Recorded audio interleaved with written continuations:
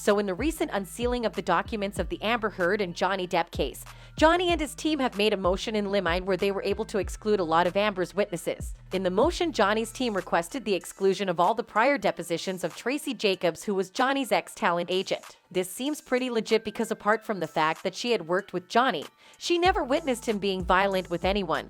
She even admitted it herself. Have you ever seen Mr. Depp hit a woman? No. Have you ever seen Mr. Depp throw anything at a woman? No. Have you ever seen Mr. Depp kick a woman? No.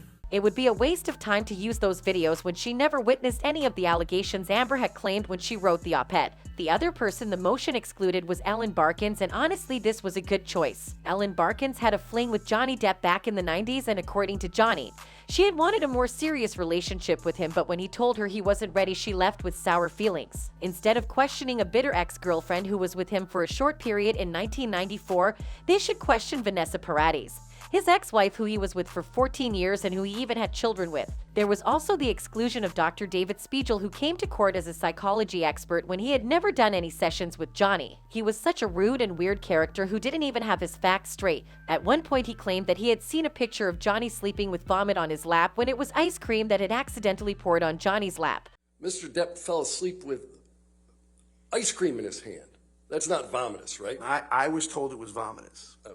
This man was just confused and lost. He had no significance to the court proceeding whatsoever, and he just wasted people's time. The motion also excludes all those irrelevant experts like Robert Schnell, Catherine Arnold, Dr. Dan Hughes, and Julian Arquette. Robert Schnell was that Twitter expert who claimed that #justice for Johnny Depp was a negative tweet toward Amber. You picked at least the negative ones. Justice for Johnny Depp. That's from one of them, right? That's right. How that even made sense to him is still something I cannot understand. He had been brought in to show that despite Johnny claiming that the op-ed had ruined his life, it had actually ruined Amber's, which is total BS. The other experts were just that, experts.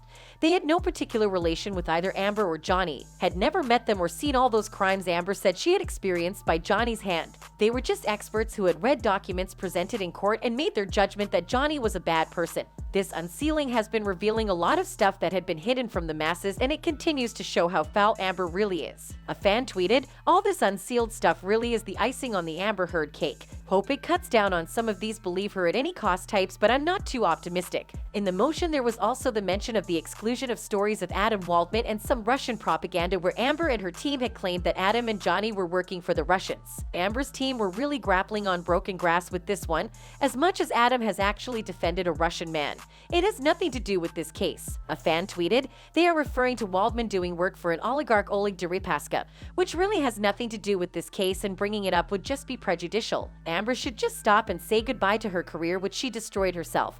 If she thinks going against Johnny is still going to help her at this point, it will only destroy her." A fan tweeted, "And she is still so stupid to believe that she can win. Does she seriously believe that she will be a celebrated superstar after this, and that the roles will just fly to her? She has shown her true colors. Even if she attacks a role again, who wants to see her? Nobody. Anyways, with the exclusion of all these witnesses, if they ever have to go to trial again, who will be Amber's witness? Because just as Camille Vacas had said, no one except Whitney had come to be with Amber. She was someone who burned bridges." You may have noticed that no one showed up for Ms. Heard in this courtroom other than her sister. Every other witness who traveled to Virginia for her was a paid expert. That's it for this video. See you next time.